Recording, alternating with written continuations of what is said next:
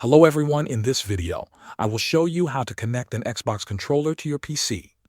First, take your Xbox controller and check if it has enough battery or fresh batteries inside. The easiest way is to use a USB cable. Plug one end of the cable into the controller and the other end into a USB port on your PC. Windows will automatically detect the controller. After a few seconds, the controller is ready to use. You do not need to install anything. To connect using Bluetooth, your PC must support Bluetooth.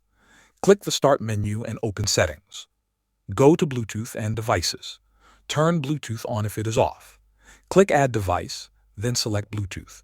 Now take your Xbox controller. Press and hold the Xbox button to turn it on.